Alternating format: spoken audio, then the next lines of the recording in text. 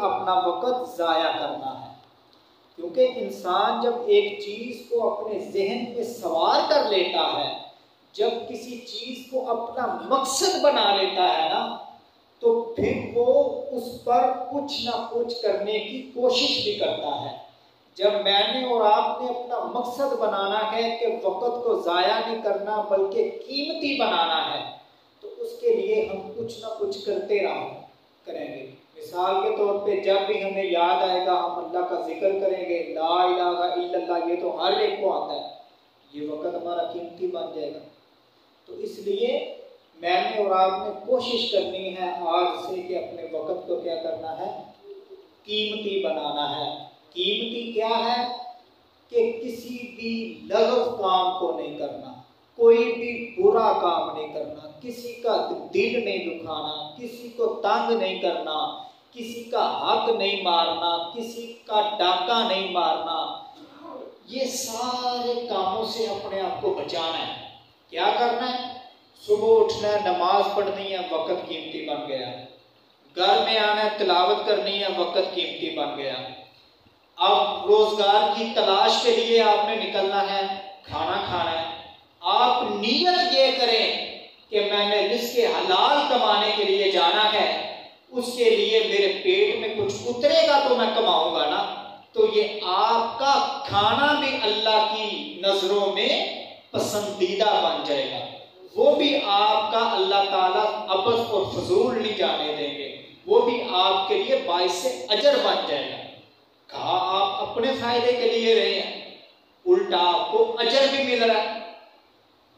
आप काम पे जा रहे हैं रिज़्क़ हलाल की तलाश में, कोई भी काम कर रहे हैं, कोई मिस्त्री है, कोई इंजीनियर है, कोई डॉक्टर है, कोई वकील है, किसी भी शोबे के अंदर है, तो वो रिज़्क़ हलाल कमाने की कोशिश कर रहा है, तो उसका वक़्त कीमती बनता जा रहा है। अब रिज़्क़ हलाल भी कमा रहा है, ऊपर से ज़ोहर की अज़ान हो गई है, अपना काम छोड़ दे, अपने वक़्त को क्या करे, कीमती बनाए, नमाज पढ़े, मस्जिद में आए, ये वक़्त क्या हो गया, उसका कीमती हो गया। फिर अपने काम काज में मशगूल हो जाए। फिर असर की अज़ान हुई, अपने वक़्त को क्या करे, कीमती बनाए। असर के बाद लोगों को छुट्टी हो जाती है काम से, वापस आए अपने घर में, अपने बच्चों को देखे कि इन्होंने सारा दिन क्या पढ़ा है, क्या लिखा है, उनका वक़्त देखें कि कितना कीमती बना है। शाम का खाना खाए, नमाज पढ़े, इशा की नमाज पढ़े, फिर सोचे कि जो सारा दिन जो मैंने गुजारा है, इसके अंदर कितनी मैंने लगवियात की हैं, कितना वक़्त अपना ज़ाया किया है और कितना वक़्त मैंने अपना कीमती बनाया है। ये आदत मुझे और आपको डालनी होगी। जब ये आदत मेरे अंदर और आपके अंदर मुंतकिल हो जाएगी कि अपने सारे दिन का हमने मुहासबा करना है, यकीनन मैं बड़े दावे से कह रहा हूँ, 1 महीने के बाद हमारी शख्सियत यकसर बदलती नजर आएगी। जैसे 1 महीने पहले हमारी आदत व सकनात थी, जब इस तरह के अमल हम शुरू कर देंगे, अपने वक़्त को ज़ाया होने से बचाएंगे, तो 1 महीने बाद बिल्कुल निखर कर हमारी शख्सियत लोगों के सामने होगी। लोग कहेंगे ये बंदा अपना वक़्त ज़ाया करने वाला नहीं है, ये फजूल लोगों के पास बैठने वाला नहीं है, ये फजूल गप्पियों में अपना वक़्त बेकार बनाने वाला नहीं है, बल्कि अपने वक़्त को कीमती बनाने वाला शख्स है। जो बंदा वक़्त को कीमती बनाता है, फिर ज़माना उसको कीमती बनाता है। आज हर बंदा कहता है ना, लोग मेरी इज्जत करें, लोग मुझे सलाम करें, लोग मुझे सैल्यूट करें। वो मनसब हासिल करने से पहले खुद तुम्हें कुर्बानियां देनी पड़ेंगी, फिर जाकर वो मनसब आपको हासिल होगा। करना कुछ नहीं, करनी बदमाशियां, करनी हड हरामियां, और ज़हन में ये हो कि लोग मेरी इज्जत करें। लोगों का दिमाग खराब है। लोग उसी की इज्जत करते हैं जो खुद अपनी इज्जत करवाता है। खैर, ये बात छोटी सी चली थी तमहीद में कि वक़्त को कीमती बनाना है। बात चलती चलती कहाँ आ गई, मौजू चल रहा था हज़रत हुसैन रज़ी अल्लाह ताला अन्हु के हवाले से। वो पिछले जुमे मुकम्मल हुआ और मैंने अर्ज़ किया था कि हज़रत अबू बकर रज़ी अल्लाह ताला अन्हु के हवाले से ये जुमा गुफ्तगू करेंगे। हज़रत अबू बकर रज़ी अल्लाह ताला अन्हु की पैदाइश 573 हिजरी में हुई। कितनी हिजरी में? 573 हिजरी में। एक हिजरी है नबी पाक सल्लल्लाहु अलैहि वसल्लम ने जब मक्का को छोड़कर मदीना आए, एक उस तरीक़ का एतबार है। एक है हज़रत ईसा अलैहिस्सलाम जब दुनिया से आसमानों की तरफ उठ गए, वो तरीक़। दो तरीक़े चलती हैं जिससे बड़ा मुगालता हो जाता है लोगों को। ये जो मैं जिक्र कर रहा हूँ ना 573, ये हज़रत ईसा अलैहिस्सलाम वाली तारीख़ है। यानी हज़रत ईसा अलैहिस्सलाम के दुनिया से आसमानों की तरफ चले जाने के बाद 573 साल बाद हज़रत अबू बकर रज़ी अल्लाह ताला अन्हु की पैदाइश होती है। ये नबी पाक सल्लल्लाहु अलैहि वसल्लम से सिर्फ 3 साल छोटे थे। कितने साल? 3 साल छोटे थे। गोया नबी पाक सल्लल्लाहु अलैहि वसल्लम हज़रत अबू बकर रज़ी अल्लाह ताला अन्हु से 3 साल बड़े थे।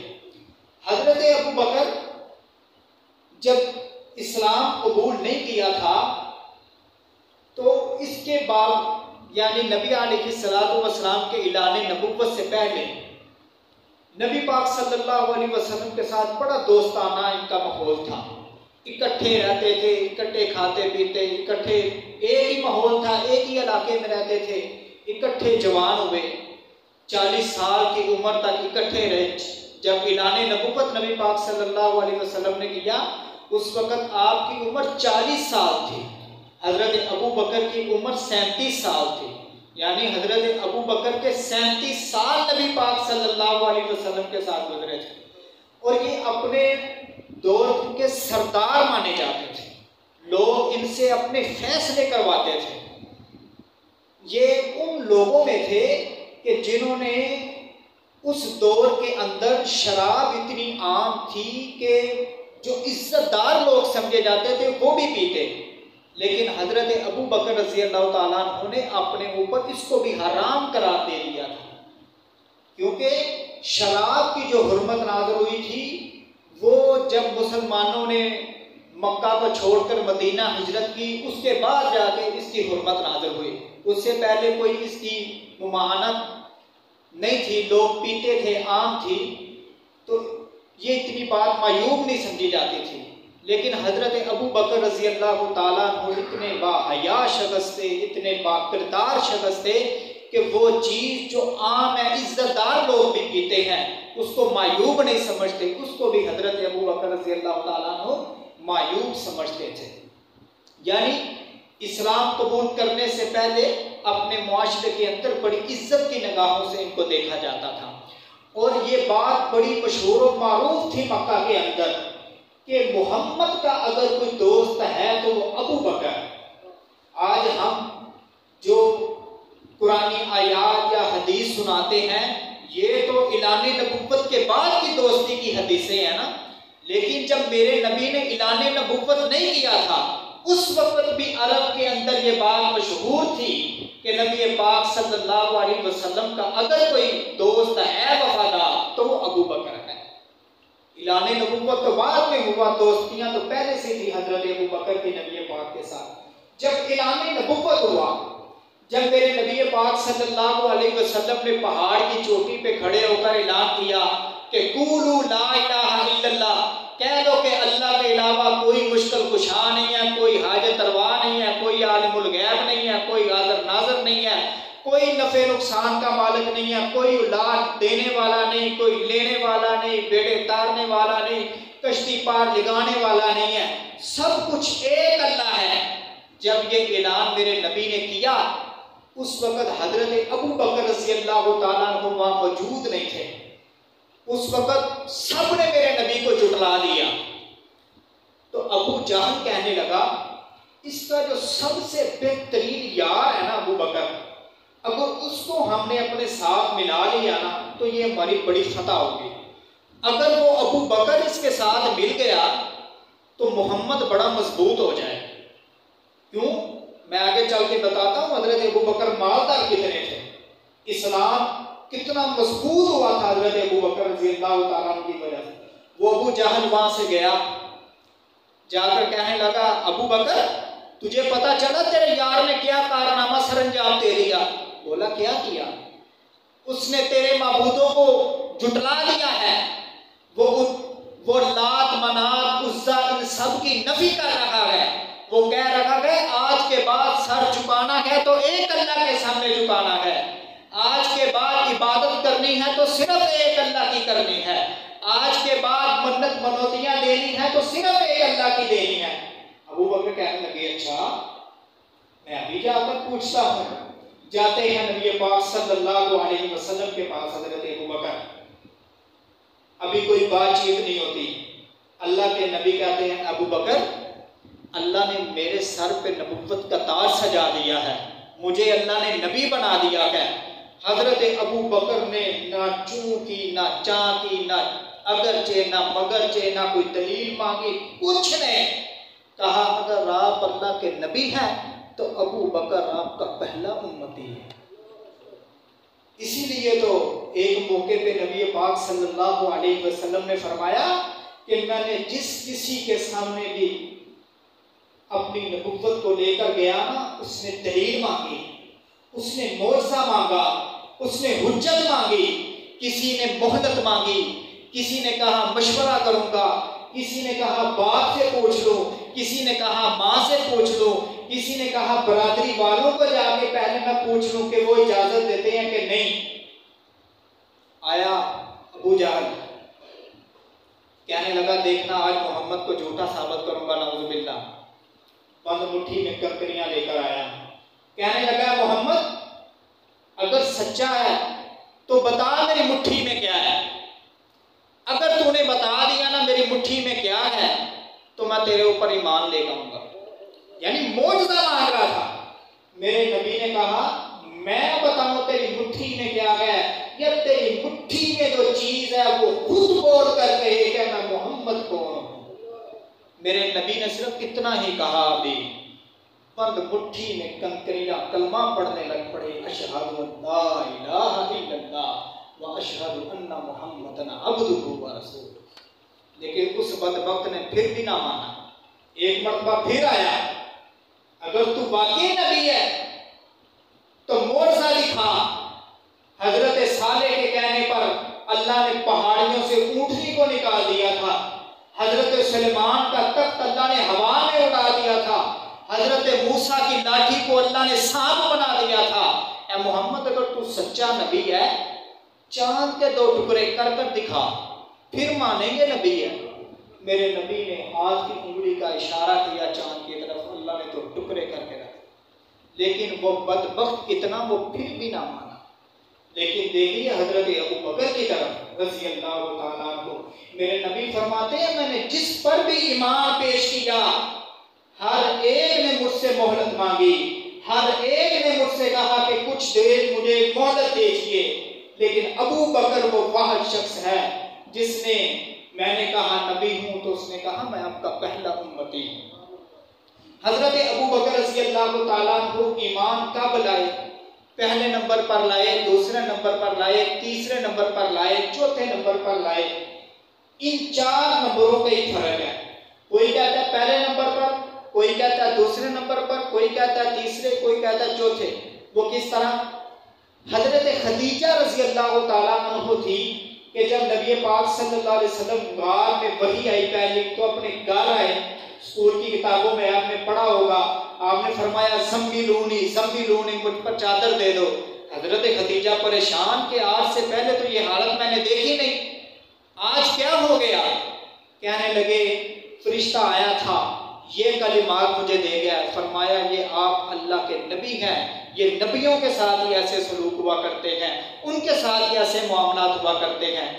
तो हजरत खदीजा पहली थी जिन्होंने सबसे पहले इस्लाम कबूल किया था।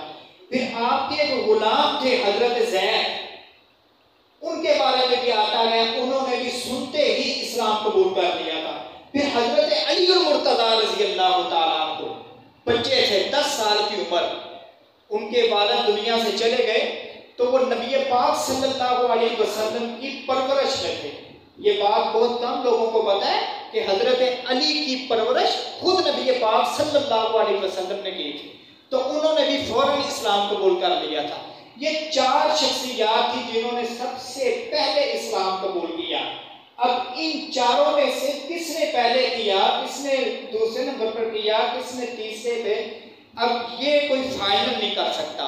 इमाम आज़म अबू हनीफा रहमतुल्लाह अलैह ने एक बड़ी बेहतरीन तरतीब लगाई है जिसके बाद किसी को कोई इश्काल नहीं रह जाता। आप भी जब सुनेंगे तो आपके दिल भी इसकी तस्दीक करेंगे। इमाम अबू हनीफा रहमतुल्लाह अलैह फरमाते हैं कि इस बहस में ना पढ़ो कि इन चारों में से पहले किसने इस्लाम कबूल किया। देखो, हजरत खदीजा औरत है, हजरत ज़ैद गुलाम है, हजरत अली बच्चे हैं और हजरत अबू बकर जवान है। तो लिहाजा बात खुलकर सामने आ गई। औरतों में सबसे पहले इस्लाम कबूल करने वाली हजरत खदीजा थी, बच्चों में सबसे पहले इस्लाम कबूल करने वाले हजरत अली थे, गुलामों में सबसे पहले इस्लाम कबूल करने वाले हजरत ज़ैद बिन हारिसा थे, जो नबी पाक सल्लल्लाहु अलैहि वसल्लम के मुंह बोले बेटे भी थे। और मर्दों में से सबसे पहले इस्लाम कबूल करने वाले हजरत अबू बकर रज़ी अल्लाहु ताला अन्हु। और अब हमने यहाँ देखना ये है कि सबसे ज्यादा मजबूत मेरे नबी को इन चारों में किसने किया। गुलाम को तो समझे ही कुछ नहीं आता था अरब में, उसको तो अपना गुलाम समझे लोग। गुलाम आज भी जो लोग अपने मुलाजिम रखते हैं, जो घर में नौकर चाकर रखते हैं, आप समझते हैं किस निगाह से उनको देखा जाता है। और औरत का भी कितना किरदार होता है माशरे में, मैं और आप जानते हैं। और बच्चा तो वैसे ही अभी बच्चा होता है, उसकी बात इतनी बाहर नहीं सुनी जाती। पीछे हजरत अबू बकर ही बचते हैं जो नबी पाक सल्लल्लाहु अलैहि वसल्लम को मजबूत करने वाले थे। किस कदर मजबूत किया, जब इस्लाम कबूल किया मेरे नबी अकेले थे, हजरत अबू बकर थे साहब। 40,000 दिरहम इस्लाम कबूल करते ही मेरे नबी के कदमों में डाल दिए कि इस्लाम की सरबुलंदी के लिए अब माल की जरूरत है। 40,000 दिरहम क्या इसलिए दिए कि बाद में आने वाली उम्मत कहे अबू बकर चौधरी था?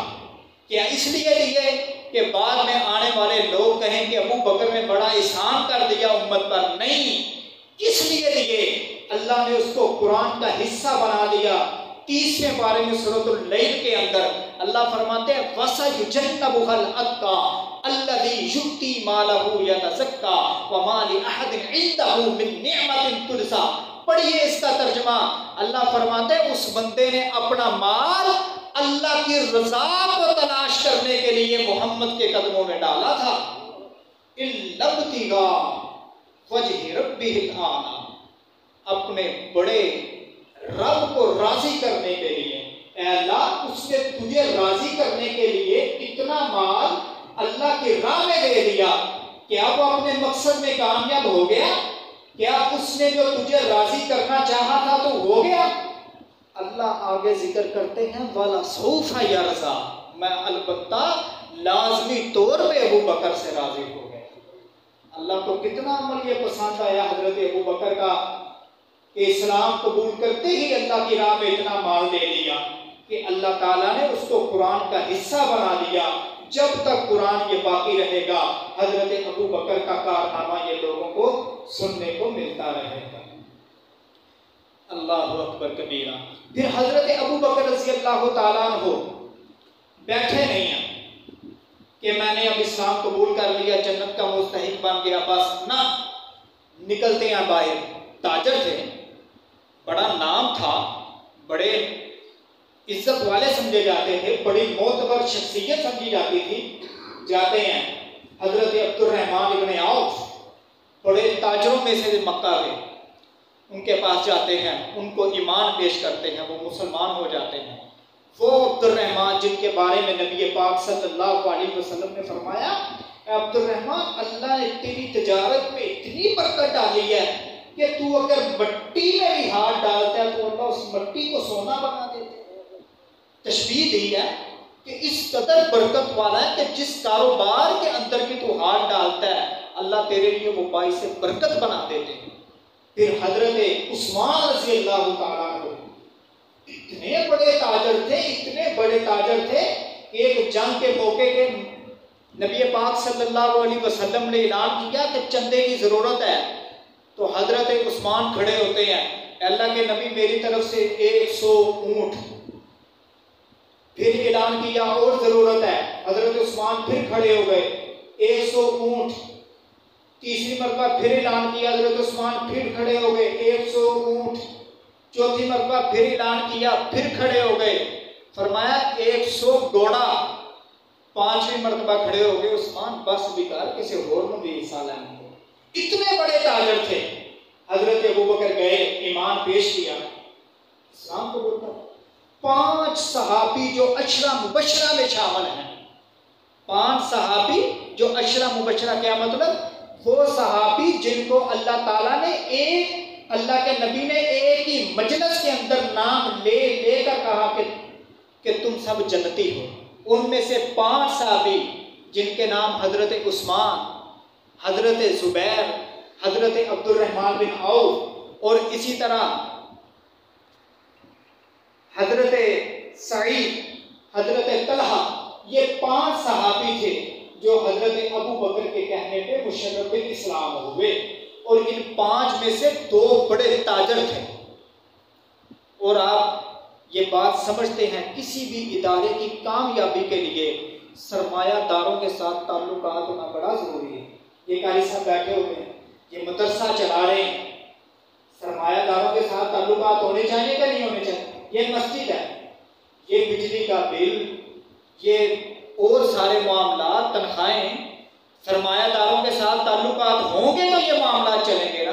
तो खुद सोचिए उस दौर के अंदर जब मेरे नबी को इतनी ज़रूरत थी, हजरत अबू बकर के कहने पे इतने सरमायादार इस्लाम के साथ जुड़ गए अल्लाह को राज़ी करने के लिए, तो ये हजरत अबू बकर का कितना एहसान है आज मेरे ऊपर और आपके ऊपर कि उस दौर के अंदर उन्होंने इतनी मेहनत और मुशक्क़तों के साथ लोगों के इतने।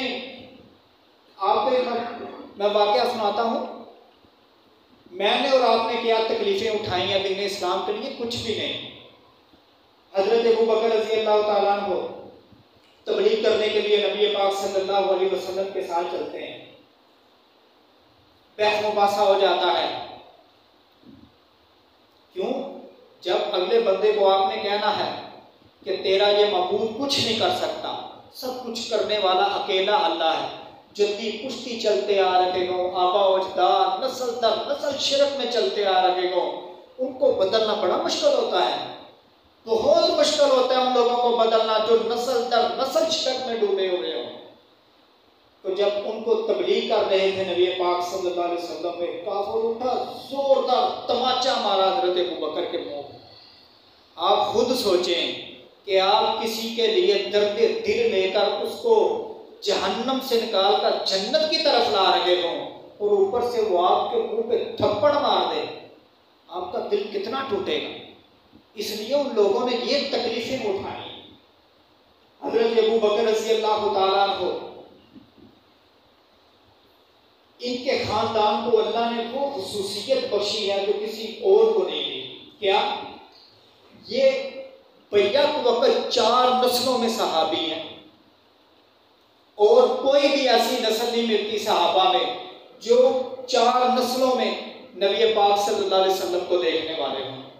हजरत अबू बकर के वालिद का नाम था अब्दुर्रहमान, वो भी मुसलमान थे। नबी पाक सल्लल्लाहु अलैहि वसल्लम के हाथ पे उन्होंने कलमा पढ़ा। खुद हजरत अबू बकर, फिर हजरत अबू बकर के बेटे हजरत अब्दुर्रहमान, वो भी नबी पाक सल्लल्लाहु अलैहि वसल्लम के हाथों पे मुसलमान हुए।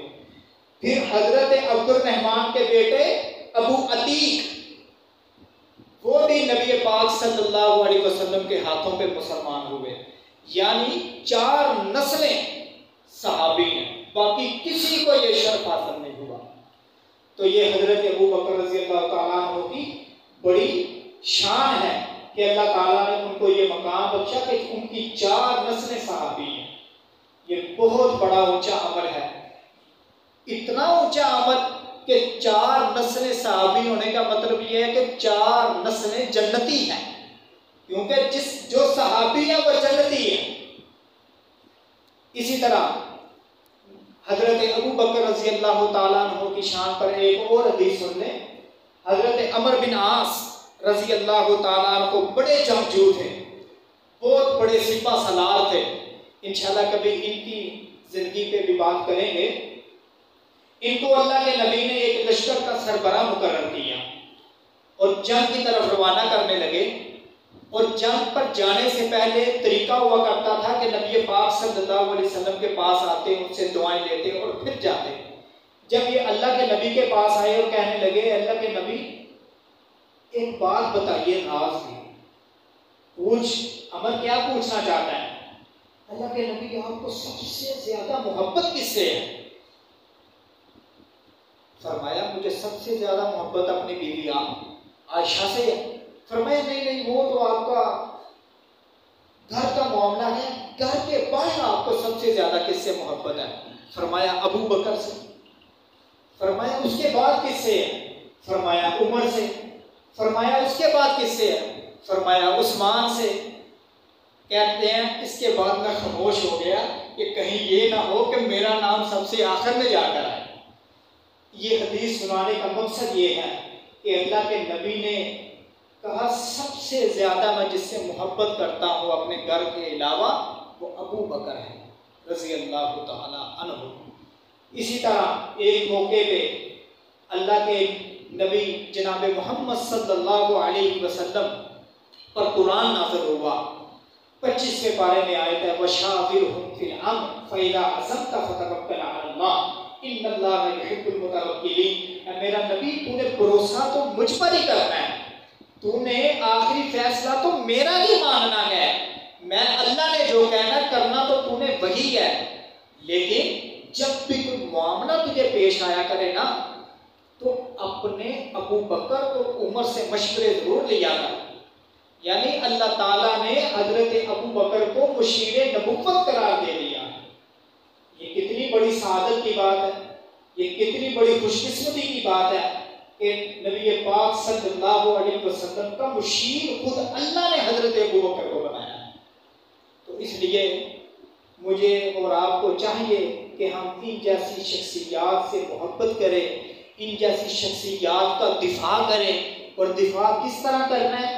मैं पिछले 4 जुम्मों से आपको कहता आ रहा हूँ, दिफा इस तरह नहीं करना कि इनके ऊपर कोई तबर्रा करे तो आपने पलट के उनके ऊपर तबर्रा करना नहीं, बल्कि इनके कारनामे उनको बताने हैं कि किस तरह उन्होंने इस्लाम की सरबुलंदी के लिए 40,000 दिरहम अल्लाह के रसूल के हवाले कर दिए, किस तरह दीन की सरबुलंदी के लिए अपने मुंह पे थप्पड़ उन्होंने खाए, किस तरह अल्लाह ताला ने उनको नबी पाक सल्लल्लाहु अलैहि वसल्लम का मुशीर बनाया।